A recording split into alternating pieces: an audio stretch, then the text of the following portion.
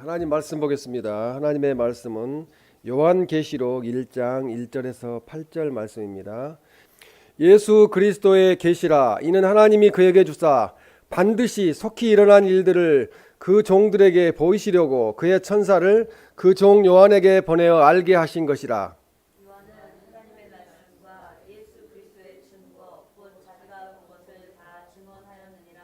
이 예언의 말씀을 읽는 자와 듣는 자와 그 가운데 기록한 것을 지키는 자는 복이 있나니 때가 가까움이라. 요한은 아시아에 있는 일곱 교회에 편지하노니 이제도 계시고 전에도 계셨고 장차 오실 이와 그의 보좌 앞에 있는 일곱 영과 또 충성된 증인으로 죽은 자들 가운데에서 먼저 나시고 땅의 임금들의 머리가 되신 예수 그리스도로 말미암아 은혜와 평강이 너희에게 있기를 원하노라. 우리를 사랑하사 그의 피로 우리 죄에서 우리를 해방하시고 그의 아버지 하나님을 위하여 우리를 나라와 제사장으로 삼으신 그에게 영광과 능력이 세세토록 있기를 원하노라. 아멘. 볼지어다 그가 구름을 타고 오시리라. 각 사람의 눈이 그를 보겠고 그를 찌른 자들도 볼 것이요 땅에 있는 모든 족속이 그로 말미암아 애곡하리니 그러하리라. 아멘. 주 하나님이 이르시되 나는 알파 오메가라.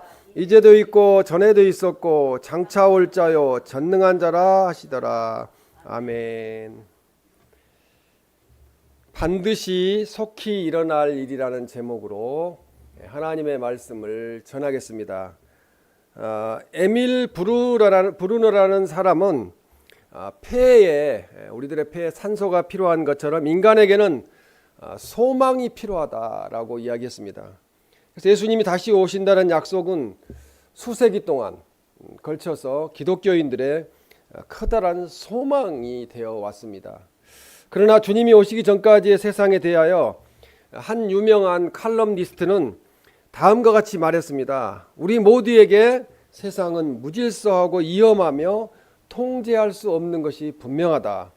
누가 질서를 회복시킬 것인가? 누가 핵 위험을 막아줄 수 있겠는가? 누가 에이즈와 우리 시대의 다른 전염병을 박멸시킬 수 있겠는가? 누가 홀로 세상을 통치할 수 있을 것인가? 그 유일한 해결책은 예수님 그리스도입니다. 라고 이야기했습니다. 하나님은 이 세상을 하나님의 아들인 예수님 그리스도에게 약속하셨고 어느 날인가 안전히 주님의 통치 아래 두게 될 것입니다. 그리스도의 재림으로 믿음의 사람들이 해방되고 그들의 억울함이 신원될 것입니다. 예수님 믿는 것 때문에 받았던 고통들이 다 해결될 것입니다. 그때 불신자들은 왜 진실한 그리스도인이 그들과는 다른 삶을 살았는지 이해하면서 늦었지만 후회하게 될 것입니다. 현재 지구상의 기상 변화는 예측을 불허합니다. 지구촌 여기저기서 대홍수가 일어나고 폭설이 일어나고 한파가 일어나고 또 폭염이 일어나고 또 기근과 지진 등이 여기저기서 발생하고 있습니다. 전쟁과 전쟁 소문은 꼬리에 꼬리를 물고 계속 전쟁이 일어나고 있습니다. 그래서 요한계시록 22장 20절 말씀에 보면 이렇게 말씀합니다. 이런 일 때문에 내가 진실로 속히 오리라. 이렇게 말씀하고 있어요. 우리는 마르나타 주 예수여 오시옵소서. 반드시 속히 일어날 일이란 시간적인 의미기보다는 그 내용의 확실성에 중점을 두고 이해하는 것이 좋겠습니다. 주님이 오시면 이 세상에 걱정, 근심, 고통 이런 모든 죽음까지도 다 사라지게 되겠죠. 그냥 마음 편안하게 하나님 나라에 들어가게 될 것입니다. 우리는 반드시 그날이 온다는 것을 믿고 그 속히 일어날 일이 무엇인지를 오늘 하나님의 말씀을 통해서 알아보고 우리가 매일매일 예수님을 매일매일이 아니라 이제는 매 시간일 수도 있어요. 주님을 맞이할 준비를 하는 우리 모두가 되시기를 주님의 이름으로 축원합니다. 이 첫 번째로 그리스도 예수님의 재림은 반드시 속히 일어날 일이라는 거죠. 반드시 속히 계속 강조하죠. 반드시 속히 일어날 일입니다. 예수님의 재림 징조들이 성경에 예언되어 있습니다. 큰 능력으로 구름을 타고 오신다고, 누가복음 21장 27절에서 28절에 말씀합니다. 그리고 동편에서 서편으로 번개가 번쩍이는 것처럼 오신다는 거죠. 마태복음 24장 27절에. 그리고 택하신 자들을 하나님이 모으신다는 거예요.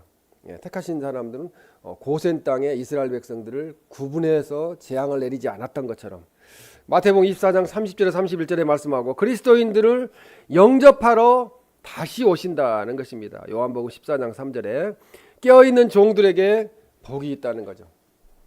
그게 가장 큰 복이라는 거죠. 누가복음 12장 37절에 38절에 그 다음에 지혜로운 청지기에게 복이 있다고 누가복음 12장 42절에 44절에 말씀합니다. 그리고 그리스도 예수님이 영광의 보좌에 앉아 계신다는 거, 앉게 된다는 거 마태복음 25장 31절에 말씀합니다. 그러면 우리 예수님을 기다리는 자세는 어떻게 돼야 될까요? 예수님 기다리는 자세를 또 성경에 말씀하고 있습니다. 첫 번째, 내가 올 때까지 믿음을 굳게 잡으라. 계시록 2장 25절.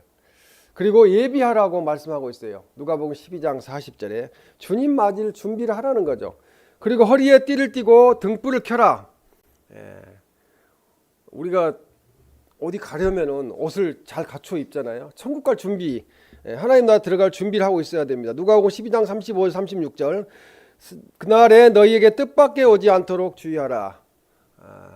준비하고 있지 않을 때 오지 않게 준비하라고 누가복음 21장 34절에 말씀합니다.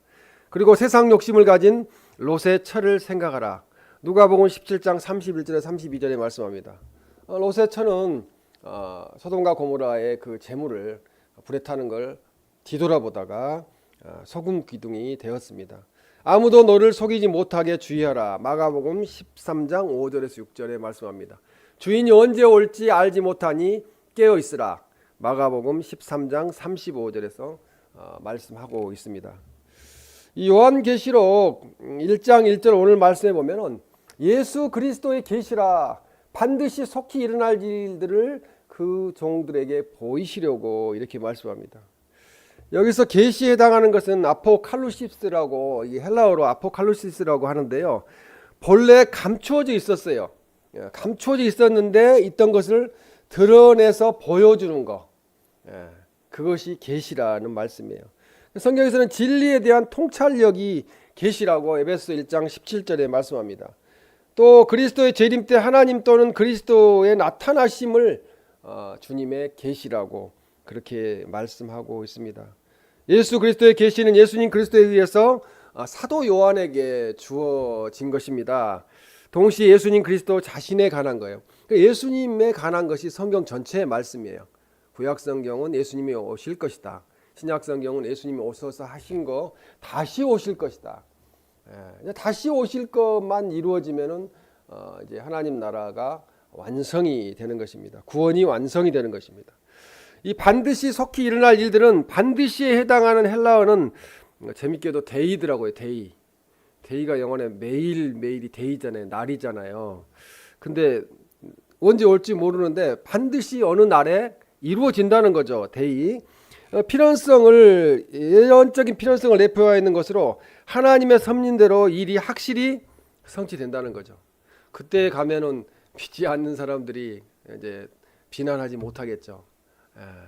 뭐 예수님 오신다고 그러더니 안 오대 하는 사람들 할 말이 없는 거죠. 이 반드시 속히 일어날 일들은 하나님의 계시가 미래에 성취될 사건이라는 거죠. 반드시 그것은 주님 오시는 사건은 있을 것이다. 예기치 못한 때에 갑자기 일어나게 되는 것을 말씀하고 있습니다. 뭐 예기치 못하는 건 아니에요. 지금도 계속 애쳐서 이야기하잖아요. 전도하잖아요. 예수님 믿더라고 전도를 하는데 안 믿는 거죠. 노아의 홍수 때도 그렇게 노아가 80년에서 120년 동안 노아의 방주를 지으면서 이야기를 했는데 비웃었어요. 무슨 산 꼭대기에다가 방주를 짓느냐. 그게 현실이에요. 현 세상에 믿지 않는 사람들도 그렇게 우리 믿는 백성들을 비웃고 있잖아요. 뭐 예수님 믿으면 뭐가 나와? 떡이 나와, 뭐가 나와? 이런 이야기들 하잖아요. 예수님 믿으면 떡이 나오죠. 오늘 집사님이 떡을 해갖고 오셨더라고요. 너무 감사합니다. 속히는 인간의 시간적 개념이 아니라 하나님 측면에서 시간과 개념이라는 거죠. 그래서 하나님이 갑작스러운 개입을 통해서 이루어지는 것이 계시의 성취이고 그것은 확실하다는 거예요. 그렇게 말씀합니다. 그래서 반드시 속히 일어날 일의 구체적인 내용이 2절에 기록되어 있는데요. 요한계시록 오늘 1장 2절에 요한은 하나님의 말씀과 예수 그리스도의 증거 곧 자기가 본 것을 다 증언하였느니라. 반드시 속히 일어날 일은 하나님의 말씀에 말씀하고 있어요. 반드시 속히 일어날 것이다. 그리고 예수님이 이 땅에 오셔서 증거하셨어요. 예수님 입으로 직접 말씀하셨어요. 주님이 오실 날에 대해서 마지막 심판과 구원의 날을. 그리고 자기가 본 것, 사도 요한이 본 것을 이렇게 다 증언했어요. 그러면 이 이해에 무엇이 더 필요하겠어요? 하나님이 말씀하셨고 예수님이 증거하셨고 사도 요한이 이미 보았어요. 그걸 기록해 놓았어요. 그래서 이 사도 요한이 직접 본 것을 의미하는 것이고 넓게는 요한계시록의 내용 전체를 의미하는 거예요. 요한계시록의 내용 전체는 하나님의 말씀이고 예수님의 증거고 사도 요한이 본 것이다. 그럼 우리가 믿어야 되죠. 우리가 요한계시록 말씀을 신뢰하는 이유가 어디에 있습니까? 그것은 바로 하나님 말씀이기 때문에 예수 그리스도의 증거이기 때문에 믿어야 된다는 말씀입니다. 예수님이 이 땅에 오시리라는 초림에 대한 구약의 예언 횟수는 456회예요. 구약 성경에 456회를 이렇게 예언하고 있어요. 그러나 주님이 재림하실 것이다, 다시 오실 것이다 하는 것은 신구약 성경에 무려 1518번이나 예언하고 있어요. 456번 예언된 예수님의 초림이 성취되었잖아요. 주님이 오셨잖아요. 그런데 1518번이면 3배 이상이 되거든요. 3배 이상이나 예언된 예수님의 재림은 성취되지 않을까요? 그것은 반드시 성취될 것입니다. 우리는 몇천 번이라도 대답하기를 그 약속은 이루어진다. 우리가 주님을 기다리고 예수님을 믿고 있다는 것을 말하게 될 것입니다. 하나님은 약속을 그대로 지키시는 분이십니다. 하나님의 약속의 말씀은 기약이 이르면은 성취된다는 거죠. 그 때가 아직 차지 않은 거예요. 근데 때가 차지 않았는데 안 믿는 사람들은 뭐 안 오잖아, 이렇게 뭐 예수님 온다고 그러면 그때 예수님 믿으면 되지, 이렇게 생각하잖아요. 그 가나안 성도라고 1000만 명에 떠나간 성도들도 그렇게 이야기를 해요. 그냥 예수님 오신다고 하면 그때 바로 믿지, 뭐 세상에서 막 재밌게 살다가 죄 짓고 살다가, 그렇게 생각하는데 그렇지 않다는 거죠. 갑자기 오신다는 거죠. 요한계시록의 말씀은 이 종말의 시대에 우리가 믿고 의지할 만한 진실하고 정확한 하나님의 말씀이기 때문에 반드시 속히 일어날 일이라는 거죠. 오늘 오후가 될 수도 있어요. 제가 설교 준비하며 생각해 보니까 그러면 걱정 근심할 게 없구나. 돌아가신 분들 다 생각해 봤어요. 아무것도 못 갖고 갔잖아요. 그렇죠? 아무것도 못 가져갔어요. 가져갔어도 땅속에 다 묻혔어요. 썩고 있어요. 요한계시록의 주제는 예수님 그리스도가 이기신다는 거예요. 그러면 결과적으로 요한계시록뿐만 아니라 성경, 구약, 신약 성경의 모든 내용은 결국은 한마디, Jesus Christ is winner. 이래서 예수 그리스도가 이기신다. 그리고 예수님은 뭐라고 그랬어요? 내가 세상을 이미 이기었노라, 그렇게 말씀하셨어요. 그럼 우리는 경기를 하되 이긴 경기를 하고 있는 거예요. 이미 이겨서 한 경기를 재방송 보고 있는 거나 똑같은 거죠. 그러므로 매일매일 신앙을 지키기 위해서 인내하며 힘겹게 살아가는 우리에게 무한한 소망과 위로를 주신다는 거죠. 예수님 하면은 이미 이기신, 세상 권세를 이기신, 사탄 마귀를 멸하신, 그렇기 때문에 위로의 주님이 되신다는 것입니다. 반드시 속히 일어날 일들, 주님의 재림의 말씀을 굳게 붙잡고 이 마지막 때에 우리가 승리하고, 이미 이겼으니까 주님이, 우리도 매일매일 삶 속에서 승리하고 사명을 잘 감당하는 우리 모두가 되시기를 주님의 이름으로 축원합니다. 두 번째로, 이제도 계시고 전에도 계시고 장차 오시리는 그리스도 예수님이십니다. 요한계시록의 가장 중요한 특징은 무엇보다도 그리스도 예수님 중심적이라는 거예요. 말씀드렸지만 예수님 중심적이에요. 그래서 요한계시록 1장 4절 말씀에 보면 이제도 계시고 전에도 계셨고 장차 오시리. 지금 계신다는 거예요. 하나님이, 예수님이 살아계신다는 말은 안 쓰는 게 좋아요. 왜요? 지금 당연히 우리는 죽지만, 우리가 또 부활하지만 주님은 죽지 않으세요. 주님은 하나님이세요. 그렇기 때문에 죽지 않으세요. 그래서 불변하다는 거죠. 하나님을 변하지 않으신다는 거. 예수님은 변하지 않으신다는 거죠. 한 번 약속하셨으면 사람들은 변하잖아요. 계약서를 써놨는데도 변하잖아요. 사람들은 계약서 내용이 있는데도. 그런데 하나님은 변치 않으신다는 것입니다. 그래서 예수님이 장차 오신다는 거죠. 주님 오시면 한이 어떻게 표현해야 될지 모르겠어요. 그때 이제 그렇게 우리가 알 수 있겠죠. 그래서 요한계시록 1장 4절에도 보면은 7영을 이야기합니다. 7영. 7영이 무엇인가? 7영은 여기서 성령님을 7영이라고 말씀을 합니다. 이렇게 성령을 7영으로 표현한 것은 이 7이라는 숫자가 7이라는 숫자가 완전수이기 때문에 그래요. 그러니까 하나님은 안전하시기 때문에 숫자가 7이고 마귀는 불안전하기 때문에 6으로 그렇게 표현하고 있습니다. 그래서 성령의 속성과 권능의 안전하고 성결함을 표현할 때 이 7영으로 성령님을 표현하고 있습니다. 그리고 요한계시록 1장 5절에 보면 또 충성된 증인으로 이렇게 말씀합니다. 예수 그리스도는 주님의 생명을 십자가에서 대속 제물로 드리셨잖아요. 그래서 결국은 하나님의 구속 사역을 성취시키도록 하셨고 하나님께 십자가에서 돌아가시기까지 충성하였던 그런 충성된 증인이셨다는 거죠. 그래서 이 주님이 이러한 사실은 당시 박해와 고난에 처해있던 7교회 수신자들에게 위로가 되었고요. 죽도록 충성해야 되는 이유가 되었다는 거죠. 주님이 충성하셨기 때문에 우리도 충성해야 된다는 말씀입니다. 그 다음에 죽은 자들 가운데서 먼저 나시고라고 말씀합니다. 5절에 예수님 그리스도께서 부활하심으로 첫 열매가 되셨다는 거죠. 이제 3월 31일이 부활주일인데요. 다음 달 주님이 부활하셨다는 거죠. 그래서 주님이 모든 자들에 대하여 주권을 행사하셨는데 그것은 뭐냐면 다시 살리시는, 죽어도 죽지 않는 그런 다시 살리시는 그런 고난을 소유하고 계신다는 것입니다.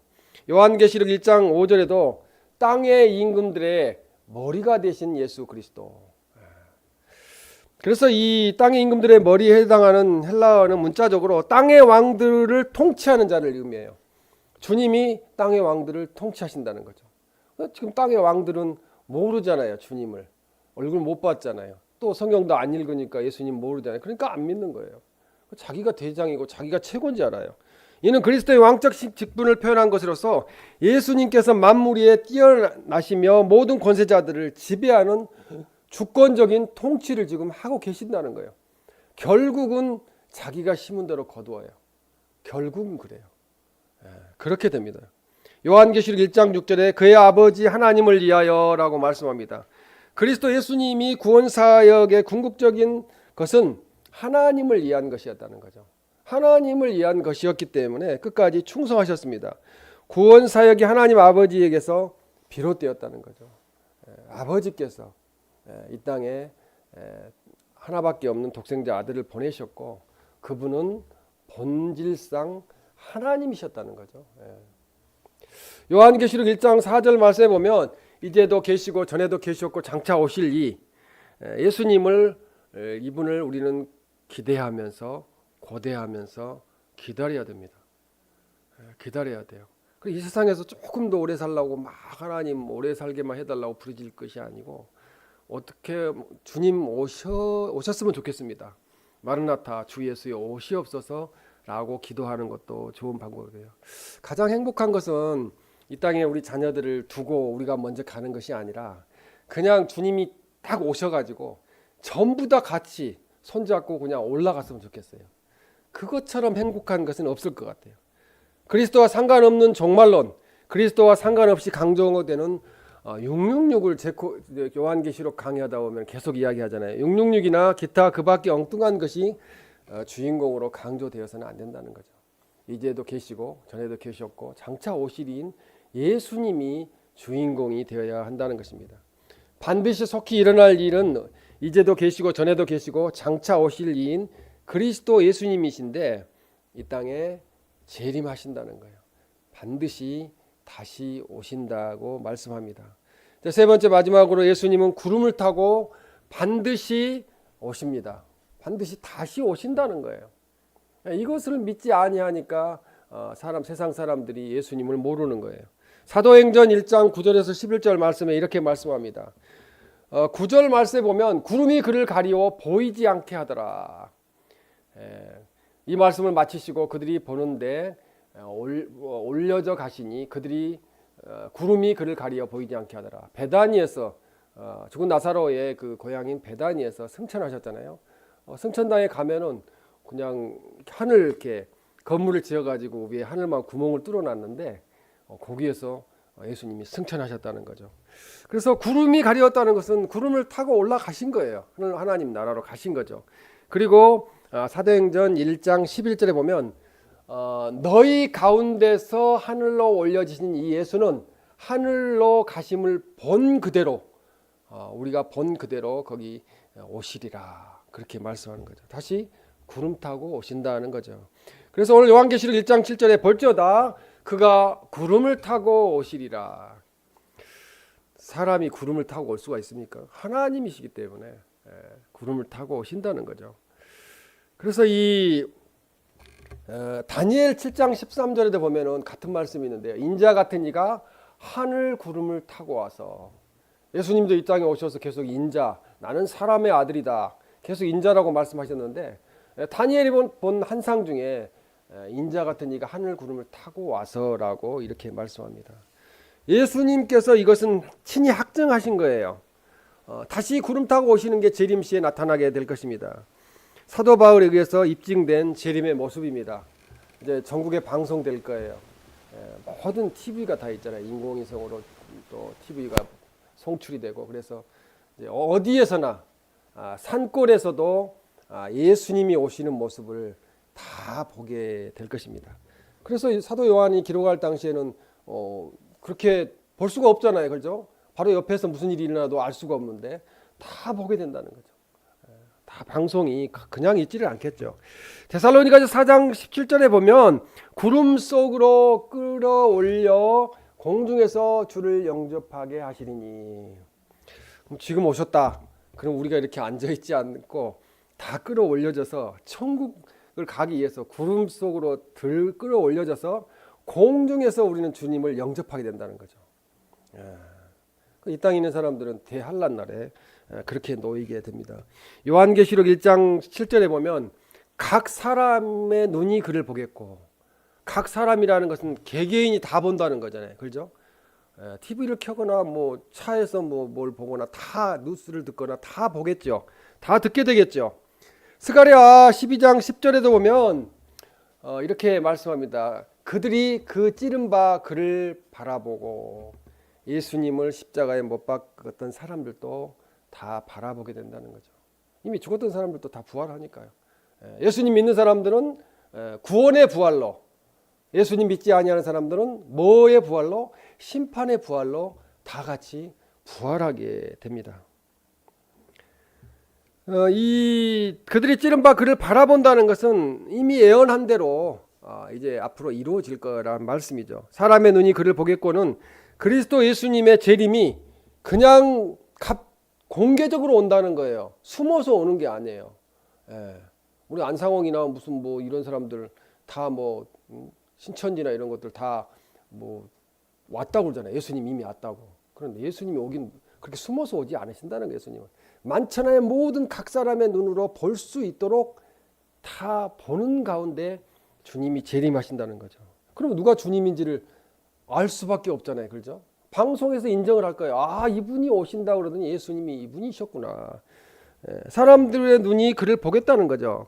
그래서 현재는 오직 그리스도인만이 그리스도의 재림을 사실로 인식하고 믿음으로 받아들이지만 우리는 보지 않았지만 하나님 말씀을 믿기 때문에 주님이 오실 거라는 것을 믿고 있습니다. 예수님의 재림의 때에는 그리스도인뿐만 아니라 모든 사람들이 눈으로 보는 정도가 아니라 확연히 보게 될 것이라는 것입니다.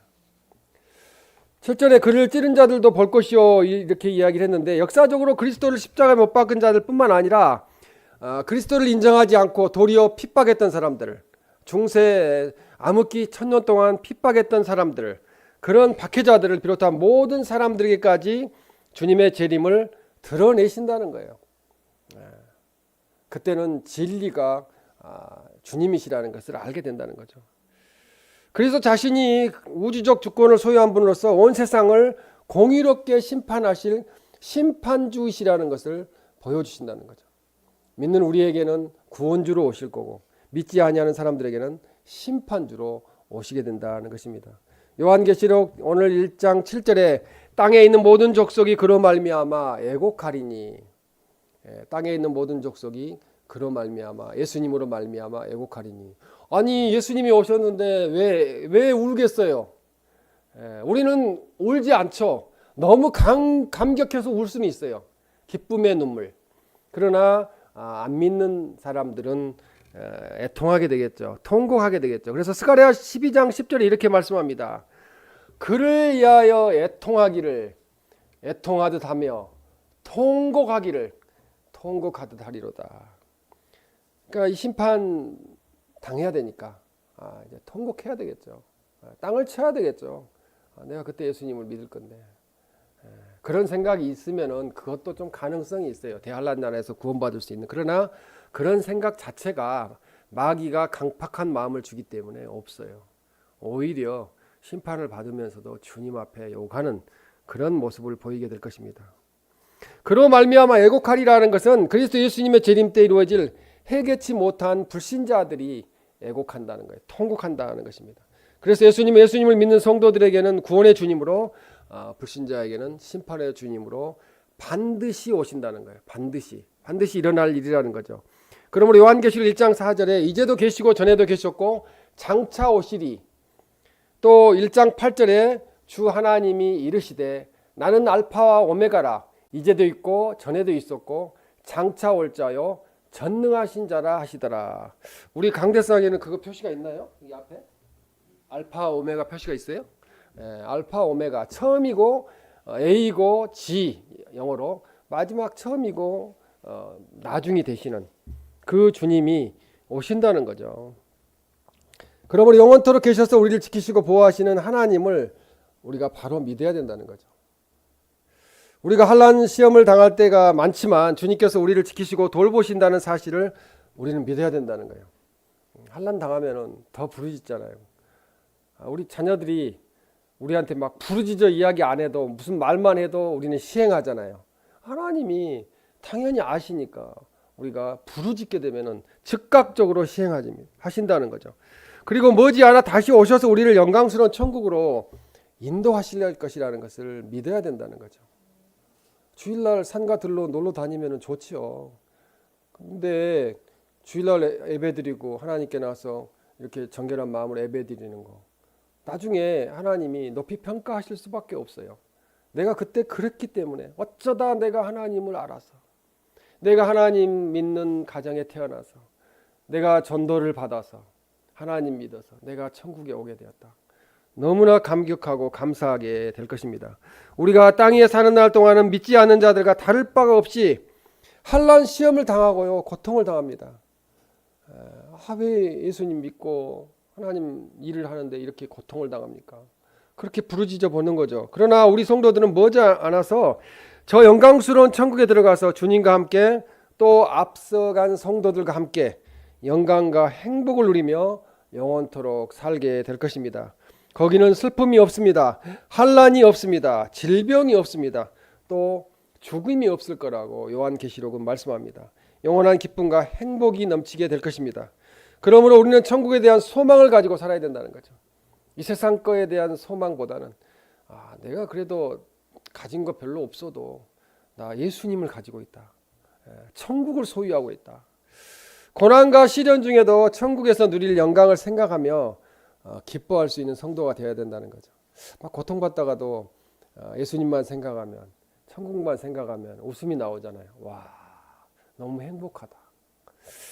그래서 로마서 8장 18절 이렇게 말씀합니다. 현재의 고난은 장차 우리에게 나타날 천국의 영광과 예수님과 함께 다스리는 왕의 권세자로서 왕노릇하는 영광과 비교할 수 없다는 거죠. 이 세상 어떤 거하고도 비교할 수가 없습니다. 주님께서 구름을 타고 다시 오시면 우리의 몸이 영광스럽게 부활하게 될 것입니다. 고린도전서 15장 51절에서 52절 말씀해 보면 마지막 나팔에 순식간에 홀연히 다 변화되리니. 우리가 천국 갈 때는 지금 이 모습으로 안 간다는 거예요. 제가 꿈에 본 천국에서는 가장 예쁘고 가장 젊은 그 모습, 가장 아름다운 모습으로 변화돼서 천국에 거한다는 것을 말씀을 통하여 우리가 알 수 있습니다. 우리가 다시 살아난다는 거죠. 그리고 이러한 부활이 있기 때문에 베드로전서 1장 6절에 이렇게 말씀합니다. 이제 여러 가지 시험으로 말미암아 잠깐 근심하게 되지 않을 수 없으나 오히려 크게 기뻐하는도다. 이 세상의 근심 때문에 잠깐 인생 70여 강건한 80년 동안 근심하나 주님이 오시면 또 우리가 죽으면 천국 가니까 오히려 크게 기뻐한다는 거죠. 예수님은 우리 성도들을 천국으로 데려가시기 위해서 반드시 오신다는 것입니다. 때가 가까울수록 하나님의 말씀을 지켜야 합니다. 왜 때가 가깝습니까? 이단들이 자기가 예수님이라고 그러잖아요. 자기가 하나님이라고 그러잖아요. 성령님이라고 그러잖아요. 지금 때가 가까이 오는 거예요. 주님이 나보다 먼저 사람들이 와서 내가 예수라고 할 때 그것을 믿지 말라고 그렇게 말씀하신 시기가 지금 이 시기입니다. 그래서 하나님의 때가 가까울수록 말씀을 더 지키면서 말씀대로 살아야 된다고 오늘 요한계시록 본문 1장 3절에 말씀합니다. 3절에 보면은 읽는 자와 듣는 자와 지키는 자가 복이 있다고 이야기했어요. 새 복만이 받으라 해서 복을 받는 게 아니고 하나님 말씀을 읽는 자와 듣는 자와 그 가운데 기록한 것을 지키는 자가 복이 있다. 때가 가까움이라 그렇게 말씀합니다. 하나님의 말씀은 시험의 때를 면하게 해주십니다. 요한계시록 3장 10절에 이렇게 말씀하여 너를 지켜 시험의 때를 면하게 하리니 심판을 받지 않게 하리니 천국을 가게 하리니 지옥에 가지 않게 하리니 그렇게 말씀을 하고 있습니다. 주님이 구름 타고 재림하실 때 죽음을 보지 않는 길은 하나님의 말씀을 믿고 지키는 길뿐이라는 것이죠. 그래서 나는 모든 영토를 버릴지언정 성경은 버릴 수 없다고 엘리자베스 영국 여왕은 그렇게 말을 했습니다. 그래서 성경 말씀, 하나님 말씀을 버릴 수가 없다는 거죠. 하나님의 말씀은 삶의 능력이 되기 때문에 그래요. 오늘 아침에 제가 잠언을 읽는데 잠언을 읽다 보니까 제가 어려움 당해가지고 실패했던 그 부분이 나오는 거예요. 그런데 정확하더라고요. 그 잠언을 오늘만 읽은 게 아니고 그 전에도 계속 읽었어요. 근데 읽을 때마다 그 부분에서 그걸 깨닫지 못했거든요. 근데 오늘 아침에는 이렇게 성경을 말씀을 들을 때 그걸 깨닫게 되는 거예요. 아, 이래서 이렇게 되었구나. 그래서 하나님의 말씀을 지키는 곳에 삶의 변화가 일어나고요. 삶의 역사가 일어나야 됩니다. 천지는 없어져도 하나님의 말씀은 변하지 않는다는 거죠. 그래서 하나님의 말씀을 지키는 성도는 천국에서 영원토록 살게 됩니다. 하나님의 말씀을 지킴으로 영원한 천국에서 영원토록 복락을 누리는 우리 모두가 되시기를 주님의 이름으로 축원합니다.